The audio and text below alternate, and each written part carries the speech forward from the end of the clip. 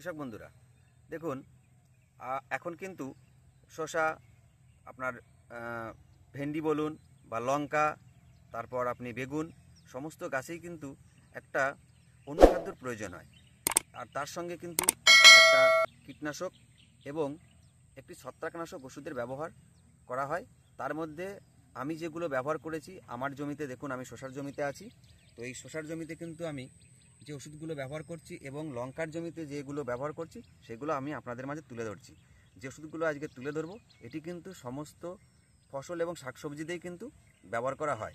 দেখুন, আজ প্রথমে যেটা বলবো এটি হচ্ছে বায়োভিটা এক্স। এই বায়োভিটা এক্স কিন্তু একটি অর্গানিক প্রোডাক্ট।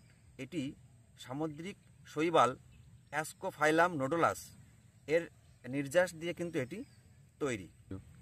বায়োভিটা এক্স গাছের বৃদ্ধিতে সহায়তা করে এবং গাছের যে মোটা ভাব সেটি আনতে সাহায্য করে এবং সঙ্গে কি করে না, ফসলের গুণগত মানটা কিন্তু বৃদ্ধি করে এবং এর সঙ্গে সঙ্গে ফসলের যে পচনশীলতা কমিয়ে ফসলটিকে কি করে না, আয়ু বৃদ্ধি করে, ফসলের আয়ু বৃদ্ধি করে পচনশীলতা কমিয়ে।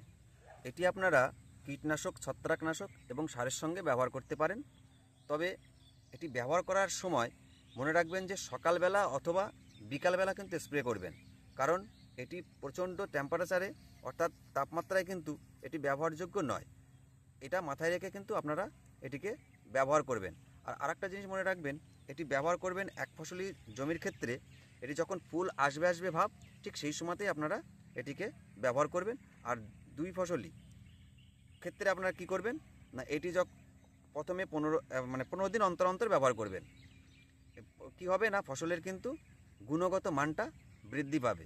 আর একটা জিনিস মাথায় রাখবেন, প্রতি 15 লিটার জলে 33 ml করে আপনারা কিন্তু এটি স্প্রে করবেন। এরপর আমি যে ওষুধটির কথা বলবো, দেখুন বিএসএফ কোম্পানির ইন্ট্রেপিড। এটি কিন্তু একটি কীটনাশক।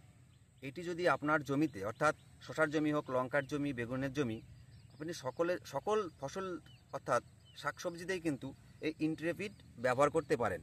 এটি কি হয় না, জমিতে যদি চোষক পোকা, সাদামাছি এবং লেদা পোকা থাকে তবুও কিন্তু এটি কাজ করবে।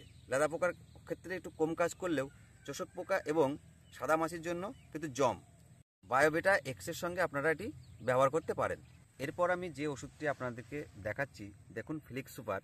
এটি কিন্তু আমি আগে আমার শসার জমিতে ব্যবহার করেছি।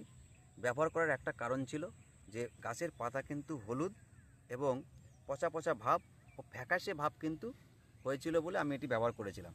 ব্যবহার করার পরে কিন্তু আমি আমার শসার জমির উন্নতি দেখতে পাচ্ছি।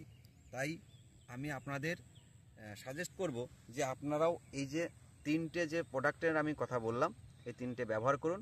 আমি যেমন ব্যবহার করে ভালো ফল পেয়েছি, আপনারাও ভালো ফল পান, এটাই চাইবো। আর এটি ব্যবহার করার যে নিয়মটা, 15 লিটার জলে কিন্তু 50 গ্রাম করে দিয়ে তারপরে গাছগুলোকে ভিজিয়ে দেবেন।